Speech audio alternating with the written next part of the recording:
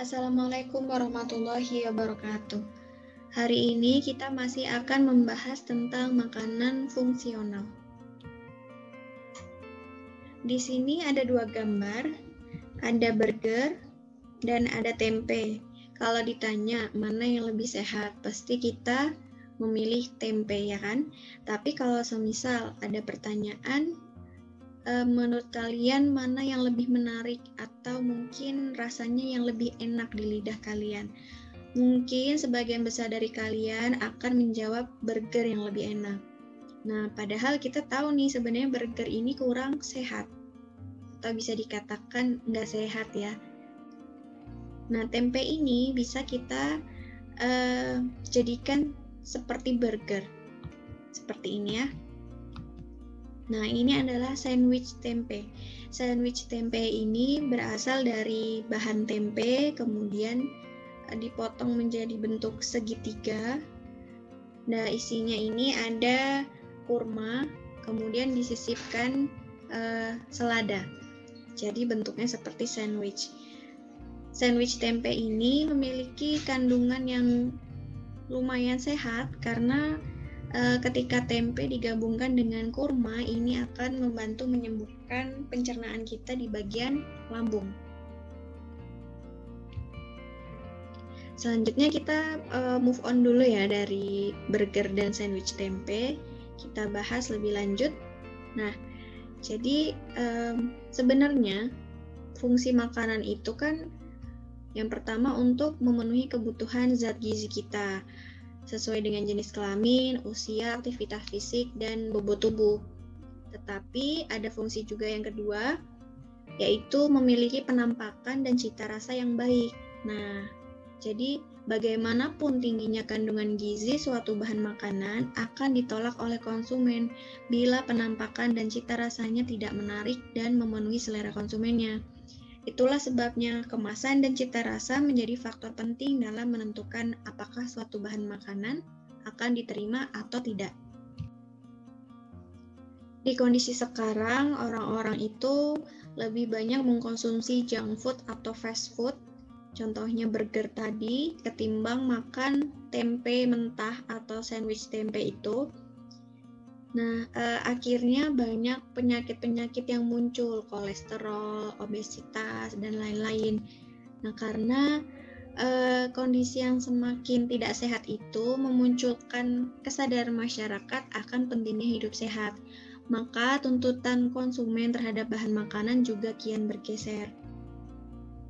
Nah, bahan makanan yang kini mulai banyak diminati konsumen bukan saja yang mempunyai komposisi gizi yang baik serta penampakan dan cita rasa yang menarik, tetapi juga harus memiliki fungsi fisiologis tertentu bagi tubuh kita. Nah, fungsi fisiologis tersebut dikenal dengan fungsi tertiar atau tertiary function.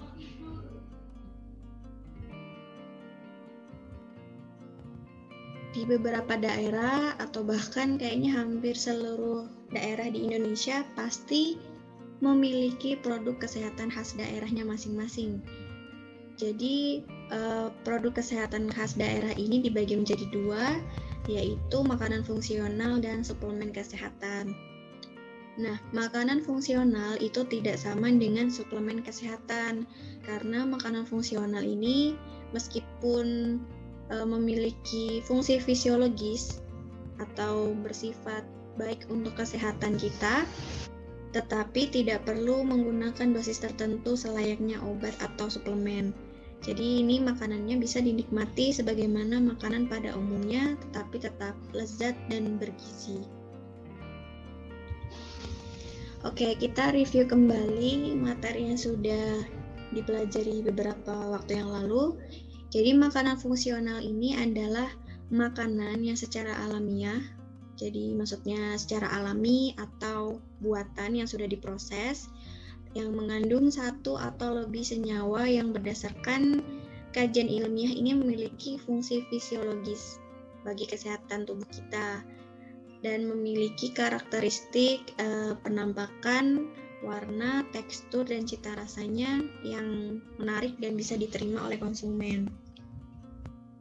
Contohnya, ini yang paling sering kita temui di kehidupan sehari-hari.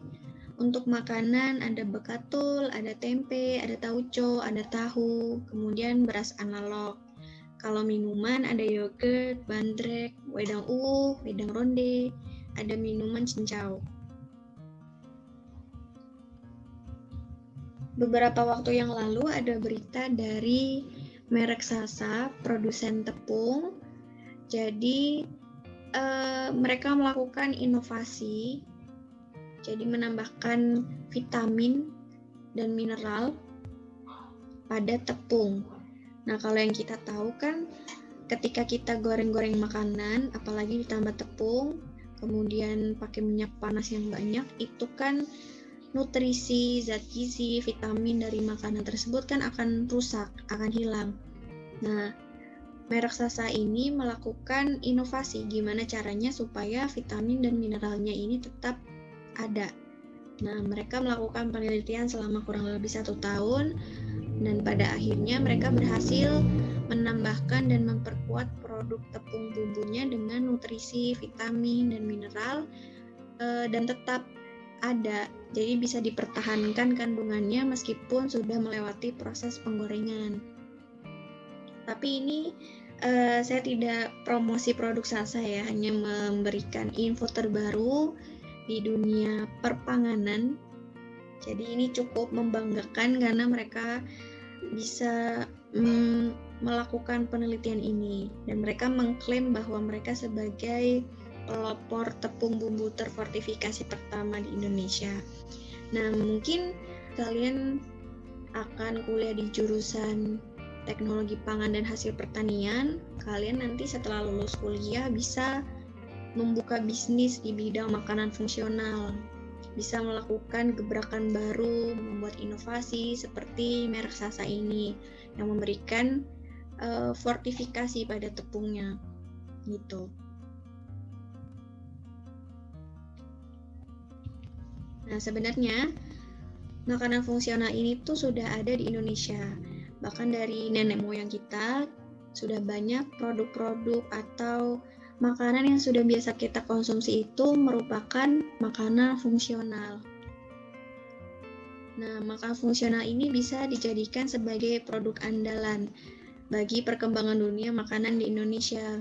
Jadi banyak bahan dan produk makanan fungsional yang cuma bisa tumbuh dan dibuat di Indonesia, tidak bisa ditemukan di negara lain. Jadi hal ini tentu bukan hanya harus menjadi kebanggaan kita aja, tetapi ini juga merupakan tanggung jawab kita bersama untuk mengembangkannya. Nah, makanya kita jadikan makanan fungsional sebagai pilihan bisnis. Ini merupakan pilihan yang sangat rasional dan bijak. Tetapi meskipun kita bisa mengembangkan makanan fungsional, kita juga harus tetap memperhatikan 3 fungsi dasar dari makanan fungsional itu. Yang pertama, ada fungsi sensori, yaitu warna dan penampilannya menarik dan cita rasanya enak. Yang kedua, nutrisional. Jadi meskipun kita modifikasi makanannya ini tetap harus bernilai gizi yang tinggi. Dan yang terakhir, yang paling penting juga adalah fisiologikal. Jadi memberikan pengaruh fisiologis yang menguntungkan bagi tubuh. Nah, fungsi-fungsi fisiologis tersebut yang pertama, pencegahan dari timbulnya penyakit. Yang kedua, meningkatnya daya tahan tubuh, regulasi kondisi ritme fisik tubuh, memperlambat proses penuaan, dan menyehatkan kembali atau recovery ketika kita sakit ya. Ketika kita sakit, kita butuh makanan yang fungsional, yang bisa memberikan manfaat bagi tubuh, sehingga kita bisa lekas sembuh seperti itu. Untuk memulai bisnis di bidang makanan fungsional, yang pertama kita perlu mencari ide dan mengembangkan ide tersebut. Kita bisa melihat kondisi sekarang bahwa banyak orang yang terkena penyakit karena gaya hidup yang kurang sehat, kemudian adanya pandemi COVID-19 ini. Ini bisa memunculkan ide untuk membuat bisnis di bidang makanan fungsional, makanan yang menyehatkan. Kemudian dalam proses pencarian ide ini kita juga harus memikirkan sumber daya alam yang ada di sekitar kita. Jangan sampai kita terlalu fokus pada makanan sehat yang mungkin bahannya sulit kita temui. Kita mungkin terpengaruh oleh makanan-makanan luar negeri sehingga kita saya mau membuat makanan dari bahan-bahan ini loh, tapi ternyata di Indonesia nggak ada. Nah, ini akan mempersulit proses produksi dan bahkan bisa meningkatkan biaya produksi, sehingga juga nanti akan mempengaruhi di harga jualnya. Sedangkan harga jual ini kan lumayan jadi pertimbangan pertama konsumen ya, apalagi orang-orang yang berniat hidup sehat itu biasanya mengeluhkan harga makanan yang mahal. Jadi kalau kalian ingin mengembangkan usaha di bidang makanan fungsional, kalian juga harus memperhatikan bahan-bahan yang kalian gunakan. Kemudian setelah muncul idenya dan dikembangkan idenya, kalian bisa merancang produknya, kemudian merencanakan gimana sih proses produksinya, dimulai dari mana, kemudian nanti membutuhkan waktu berapa lama, itu harus dirancang dengan baik. Dan selanjutnya yang tidak kalah penting adalah merancang kemasan atau packaging development. Karena seperti yang kita pelajari bahwa kemasan ini mempengaruhi daya tarik konsumen. Selanjutnya, setelah dirancang kemasan seperti apa, kita harus melakukan perancangan pemasaran atau market research. Perancangannya ini kemudian dilanjutkan dengan perencanaan sumber daya manusia dan perencanaan keuangan. Jadi untuk pemasarannya kalian juga harus memikirkan strategi-strategi yang tepat. Apakah sistemnya pre-order atau nanti sistemnya dijual di ojek online seperti itu harus dipikirkan dengan baik. Langkah-langkah pengembangan pengolahan produk itu kalau sudah, maka ini bisa dibuat menjadi proposal bisnis untuk mencari investor ya. Tetapi mungkin beberapa investor memberikan syarat kalian harus mempunyai bisnis beberapa cabang atau setidaknya bisnis ini sudah berjalan untuk waktu yang lama. Tapi kalau semisal investor ini tidak memberikan syarat-syarat seperti itu, maka kalian harus membuat proposal bisnis atau bisnis plan-nya ini yang benar-benar meyakinkan, sehingga investor ini akan dengan senang hati untuk ikut memberikan kontribusi di usaha kalian. Kemudian kalian juga harus memastikan bahwa perhitungan kalian ini sudah tepat, kurang lebih ya sudah tepat, sehingga kalian tidak akan mengalami kerugian. Cukup sekian untuk materi hari ini, semoga bisa mudah dipahami. Saya akhiri, wassalamualaikum warahmatullahi wabarakatuh.